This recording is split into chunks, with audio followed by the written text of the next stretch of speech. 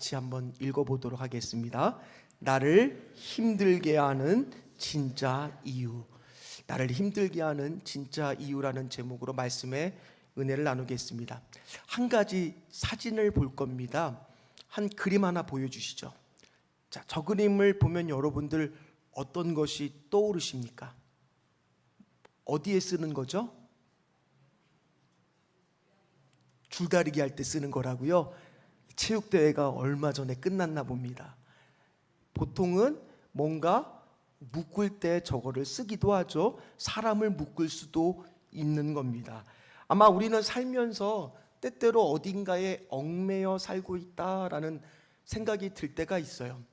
어떤 성도를 보면요, 참 부지런하고 열심히 사십니다.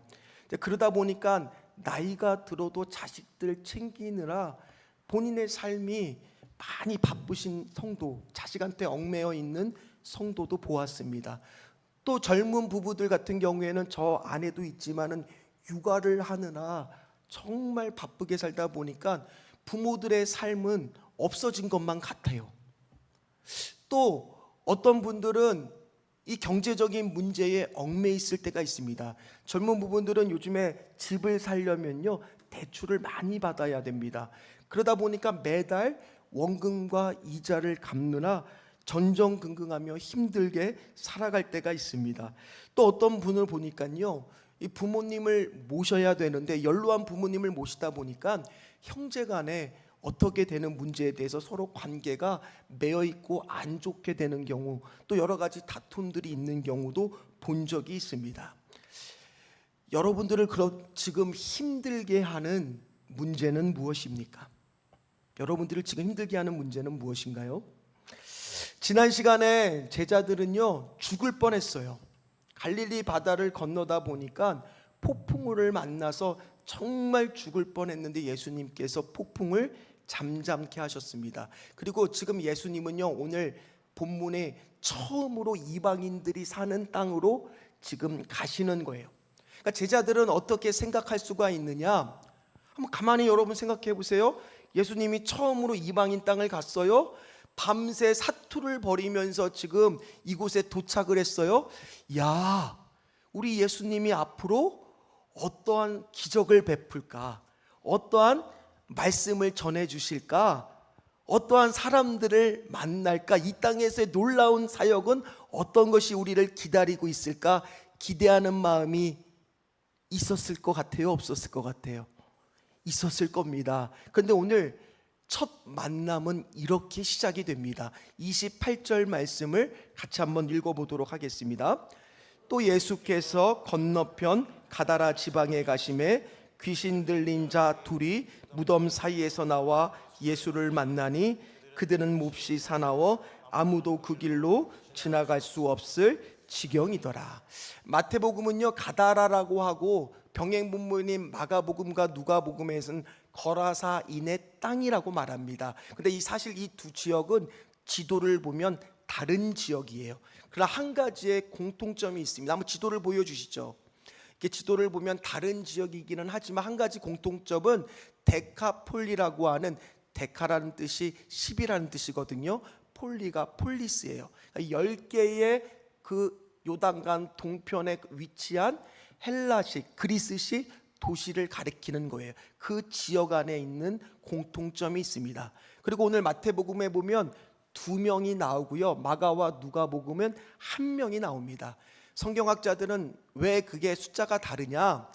원래는 2명인데 마가와 누가는 그 중에서 1명한테 초점을 맞추다 보니까 1명이라고 언급을 한 거고요, 2명을 만났다고 보통적으로 봅니다. 자, 그런데 오늘 성경을 보니까 이 사람에 대해서 어떻게 소개하느냐? 무덤 사이에서 나왔대요. 그리고 마가복음에서는요, 더럽다는 거예요. 그리고 누가복음에서는요, 옷을 안 입었대요. 자, 우리 성도 여러분, 길을 가는데 이런 사람이 나타났어요. 여러분들의 반응은 어떨까요? 안 그러시겠어요? 깜짝 놀라지 않으셨습니까? 그리고 표정이 벌써 이그러지지 않으셨겠습니까? 이런 사람 나타나면 다 멀리하고 싶죠. 심지어 소리를 지르면서 다가오니 무섭기도 했을 겁니다. 그런데 오늘 성경은 이 사람을 귀신 들린 자라고 말합니다. 그런데 우리가 오늘 말씀을 제대로 이해하기 위해서는요, 귀신 들린 자와 정신질환자를 구별할 수 있어야 돼요. 때때로는 어떤 분들 같은 경우에는 다 귀신 들렸다라고 말하는데, 이 부분에 대해서 전남대 정신과 교수인 이무석 교수님의 성격 아는 만큼 자유로워진다라는 책을 보면요, 명확하게 오늘 성경 본문을 가지고 말을 합니다. 둘 다 공통점은 있어요. 어떤 점이 있느냐? 자기 몸을 학대해요.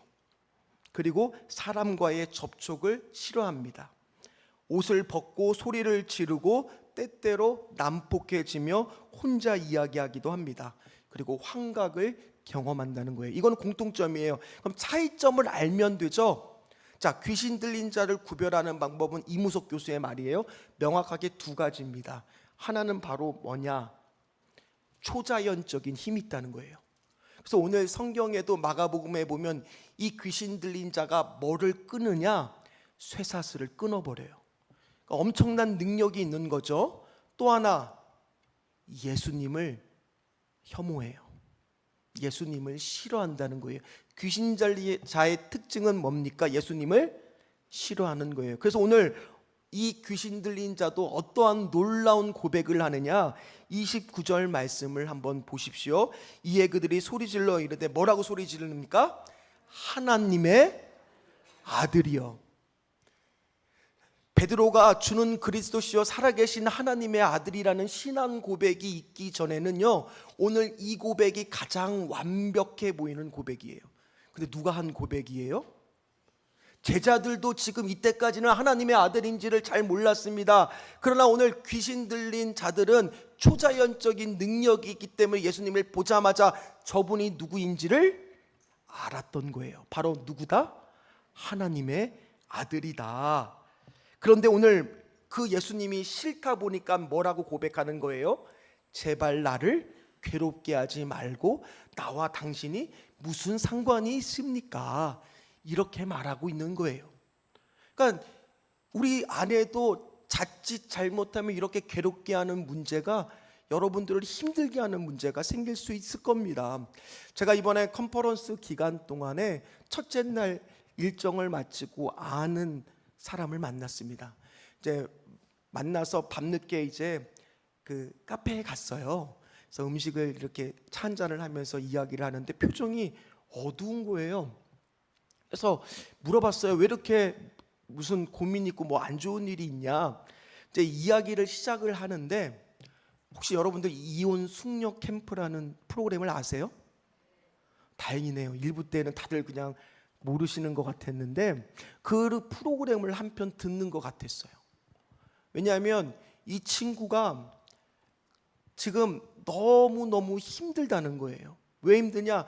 자기가 지금 열심히 일해서 돈을 벌면은요, 자기도 쓰지 않고 다 집으로 아내한테 송금을 하는데, 집에 가끔 들어가면 이 남편 대접, 아빠 대접을 못 받는 거예요.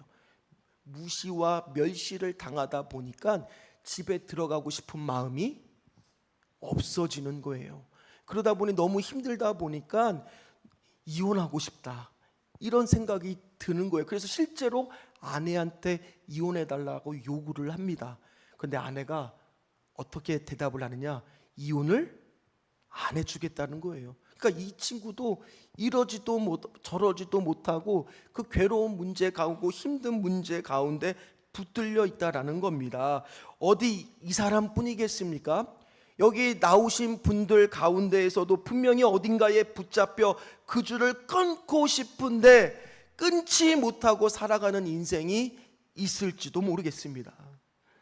오늘 많은 사람들은요, 어떠한 그런 사슬의 줄에 매여 있는 경우가 많냐? 예수 제대로 믿기 전에는요, 죄라고 하는 줄에 다 뭐하고 있는 거예요? 매여 있는 겁니다. 그렇게 매여 있다 보면 오늘 귀신 들린 자의 고백처럼 마치 사춘기 들린 자녀와 똑같이 고백을 하게 되어 있습니다. 사춘기 들린 자녀도 부모한테 얽매여 있는 거를 툭하면 뭐하고 싶어 해요? 벗어나고 싶어 하거든요. 그래서 뭐라고 딱 얘기를 하면 왜? 그게 뭔데? 나하고 무슨 상관이야? 제가 이렇게 잘 아는 이유가 뭘까요? 나하고 무슨 상관이 있느냐? 왜 나를 괴롭게 하냐는 거예요.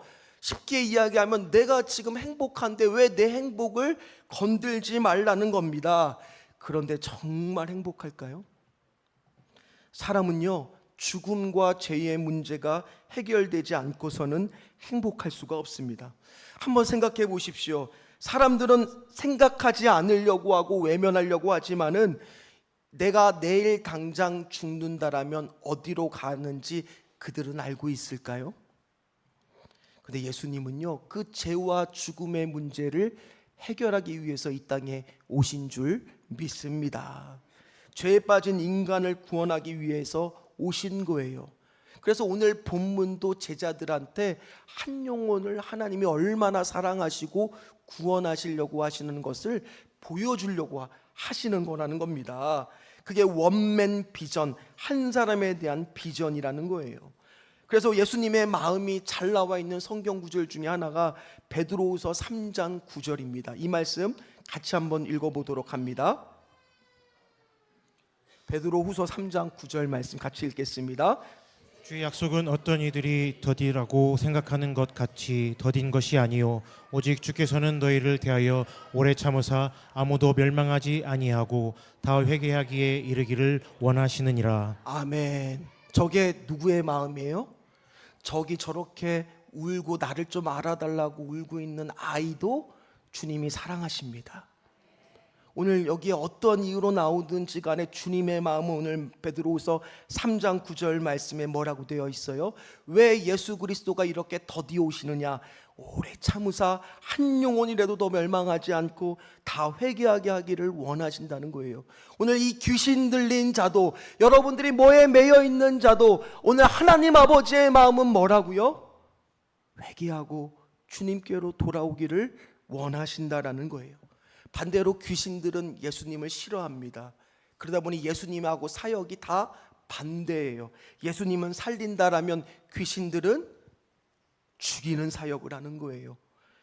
우리를 멸망케 하는 거예요. 그러나 예수님이 오시면 오늘 본문처럼 귀신은 어떻게 될까요? 쫓겨납니다. 따라서 우리가 귀신을 무서워할 필요가 없습니다. 야고보서 4장 7절 말씀처럼 마귀를 대적하라, 그리하면 마귀가 우리를 피한다는 거예요. 사랑하는 성도 여러분, 오늘 우리는 끝까지 예수 그리스도에 붙잡히신 모든 분들 다 되시기를 주의 이름으로 축원합니다. 그래서 오늘 귀신들은요, 예수님한테 부탁을 해요. 병행봉분이 마가복음 5장 9절에서 10절 말씀을 보니까 뭐라고 예수님한테 간구하느냐? 내 이름이 무엇이냐? 내 이름은 군대니 우리가 많다라고 이야기를 합니다. 이 군대라는 뜻은 레기온인데 무려 로마 군단을 이야기하는데 6,000명 이상을 말해요. 지금 그런데 더 중요한 건 그 다음 10절 말씀이에요. 자기를, 그 다음부터는 같이 읽어볼까요? 자기를 그 지방에서 내보내지 마시기를 뭐하노라? 강구하노라. 자, 지금 귀신들은 뭐하고 있습니까? 자기를 쫓아내지 말고 계속 그곳에서 악한 영향력을 행사하기를 원하고 있다는 거예요. 한번 생각해 보십시오. 오늘 여러분들의 가정에도 예수 그리스도가 들어오는 순간 악한 영향력들은 전부 다 마귀의 역사들은 어떻게 될까요? 쫓겨나가기 시작한다는 거예요. 마귀는 끝까지 쫓겨나가고 싶어 할까요? 아니라는 거예요. 오늘 그래서 그들은 어디 떼에 들어가기를 원합니까? 돼지 떼에 들어가기를 원합니다. 저도 삼겹살은 참 좋아합니다. 근데 이 당시에 유대인들에게 돼지는 부정한 음식이에요. 율법만 나와 있는 것이 아니라 이방인의 땅에서 돼지를 키웠다는 것은요, 그 땅에서의 이방 제사에 쓰이는 제물이 바로 뭐였느냐? 돼지였다라는 거예요. 그때에 들어가기를 원합니다. 자, 그런데 오늘 예수님의 대답을 보십시오. 32절 말씀 같이 읽도록 합니다. 그들에게 가라 하시니 귀신들이 나와서 돼지에게로 들어가는지라 온 때가 비탈로 내리다라 바다에 들어가서 물에서 몰살하거늘. 저는 오늘 말씀을 묵상하면서 한 가지 흥미로운 점을 발견을 했습니다. 자, 31절까지는 귀신 들린 자들이 열심히 떠듭니다. 제발 우리를 좀 이렇게 해달라고 저렇게 해달라고. 그런데 예수님의 대답은요, 한마디였어요. 뭐였습니까? 가라, 가라. 저는 오늘 이 말씀을 묵상을 하면서 오늘 여러분들도 이 자리에 나오기까지 수많은 사연들과 여러분들을 힘들게 하는 많은 이유들을 하나님 앞에서 기도할 겁니다. 그러면서 소망이 있다면 하나님, 이 문제들과 이 어려운 것들로부터 나를 좀 얽매이는 것들로부터 풀어달라고 간절히 사모할지 모르겠습니다. 그런데 예수님의 대답은요, 너무나 간단하다는 거예요. 오늘 예배 드렸습니까? 놓고 가십시오. 오늘 여러분들이 이 안에서 말씀을 붙들기를 사모하십니까? 놓고 가시면 된다는 거예요. 그러면 그 문제를 벗어난다는 거예요. 그래서 오늘 그 명령을 내리자마자 그들이 돼지떼에 들어가는데, 성경에 보니까 그 돼지떼의 숫자가 무려 2,000마리. 엄청나죠. 한 마리가 100만 원이면 몇 억 정도 돼요? 20억이요. 순간 20억이. 우리 성도님들은 안 놀래요. 한 20억 정도는 그냥, 제가 그냥 좀 예수님이 한 20만 마리 해갖고 한 몇천억이 돼야지 좀 눈이 좀 움직이실 텐데, 순간 20억이 태워진 거예요. 자, 오늘날 많은 사람들이 예수님을 영접하기를 주저하는 이유가 무엇일까? 분명히 오늘 설교 제목처럼 나를 힘들게 하는 이유가 있을 텐데, 벗어나고 싶은데도 불구하고 그 줄을 풀지 못하고 못 벗어나는 이유가 바로 무엇일까? 오늘 본문처럼 예수님 때문에 치러야 할 대가가 너무 크다고 생각하기 때문이에요. 내가 누렸던 즐거움, 내가 누렸던 부귀영화, 내가 예수님 믿으면 다 포기하고 다 버려야 되는 거 아닌가? 사람은 20억이 아깝잖아요. 오늘 예수님을 믿으면 내가 즐기고 있던 모든 죄의 습관이 다 끊어지는데 그게 포기가 안 되는 겁니다. 그런데 그러다 보니 사람들의 반응을 보십시오. 오늘 33절에서 34절까지의 말씀을 보면요, 돼지떼에 들어가는 것을 보고 이 일을 마을 사람들한테 알리니 마을 사람들이 다 예수님을 찾아옵니다. 보러 옵니다. 그런데 오늘 온 시내가 예수를 만나려고 나가고 보는데 빨간색 글씨를 같이 읽어볼까요? 그 지방에서 떠나시기를 뭐하더라? 한번 생각해 보십시오. 분명히 그 안에는 이 귀신 들린 자의 가족도 있을 겁니다. 친구도 있을 겁니다. 이웃도 있을 겁니다. 오늘 다른 본문에 보면 그 귀신 들린 자들이 예수님의 발 아래에 엎드려서 정신이 온전하고 더러운 모습은 온데간데 없고 치유가 됐다라면 어떻게 하는 것이 정상입니까? 기뻐해야죠. 그런데 사람들 눈에는 뭐가 아까운 거예요? 20억 돼지가 아깝죠. 여기 더 있다가는 우리가 키우는 돼지뿐만 아니라 다 모든 거 다 내놓을까 봐 그게 겁나는 겁니다. 그래서 예수님을 두려워하면서 떠나기를 바라는 거예요. 오늘 나의 모습 가운데는 이런 모습은 없습니까? 분명히 나를 메고 있는 거, 그 주님이 풀어주시겠다라고 말씀하시는데 그거에 두려워서 예수님께 나아가기를 두려워하는 자, 이 가운데는 없습니까? 오늘 예수님이 주려고 하는 건 뭐예요? 누가복음 4장 18절에서 19절 말씀이에요. 같이 읽습니다. 성령이 내게 임하셨으니 이는 가난한 자에게 복음을 전하게 하시려고 내게 기름을 부으시고 나를 보내사 포로된 자에게 자유를, 눈먼 자에게 다시 보게 함을 전파하며 눌린 자를 자유롭게 하고 주의 은혜의 해를 전파하게 하려 하심이라 하였더라. 분명히 성경에 예수님은 뭐를 주신대요? 자유를 주신대요. 참 자유를 주신대요. 복음으로 누리는 생명의 참 은혜와 자유를 주신대요. 오늘 이 자리에 나온 분들은 그 자유를 누리시는 분들 되시기를 주의 이름으로 축원합니다. 지연호 목사님이 쓴 광야 훈련 학교에 나오는 이야기입니다. 최근에 이 책을 내셨는데요, 이 책에 보면 갑자기 어느 날 교회 앞에 보니까 한 남자가 서 있는 거예요. 그 남자는 눈동자가 막 흔들리면서 손은 사시나무 떠듯이 막 떨면서 마치 불안에 너무나 휩싸여서 안절부절 못하는 사람이 찾아온 거예요. 그러니까 목사님이 궁금하니까 그 사람을 먼저 안정시키기 위해서 카페에 가서 따뜻한 차와 함께 식사는 아니지만 차와 그 어떤 것들을 대접을 했을 겁니다. 그러면서 이제 물어봤겠죠. 무슨 일로 찾아왔느냐. 이제 그 사람이 이야기를 하는데 자기가 전에 이 문제를 해결하기 위해서 성당도 가보고 이 절도 가보고 많은 것들을 약도 먹고 치료받고 병원을 가려고도 해봤지만 이 불안 증세가 치료가 안 돼서 마지막 희망을 안고 교회에 찾아왔다는 거예요. 그러면서 자기가 어떤 일이 하냐면 원래 자기가 식당을 하는 사업자라는 겁니다. 자기가 식당을 하면서 어떤 마음으로 식당을 했느냐 하면 이 음식을 먹는 사람들이 먹었을 때 행복하는 표정을 보고 그게 너무나 좋아서 식당을 시작했다는 거예요. 그러다 보니까 식당의 음식값을 싸게 한 거예요. 대신에 많이 팔게. 그런데 장사가 너무너무 잘 된 거예요. 그러니까 365일을 쉬지 않고 2년 동안 그렇게 하다 보니까 어떻게 되었느냐? 돈은 많이 벌었지만은 어떻게 됐어요? 몸이 상했어요. 육체가 무너지니까 그 다음에 뭐가 무너져요? 정신이 무너지고 마음이 무너지다라는 거예요. 그러면서 자기가 좋아하는 요리를 하기 위해서는 뭐를 잡아야 됩니까? 칼을 잡아야 되는데 지금은 너무너무 두려워서 칼조차 잡을 수 없게 되었다라는 거예요. 그래서 어떻게 하면 좋으냐 그랬더니 지원호 목사님이 어떻게 대답하느냐, 이거를 치유할 수 있는 단 한 가지의 길이 형제님 보입니다 그랬다는 거예요. 그게 무슨 길일까요? 살아계신 예수님을 믿으십시오. 살아계신 예수님을 믿으십시오. 진정한 믿음이란 6일 동안 열심히 일했다면 하루는 정말 주님을 예배하는 것입니다.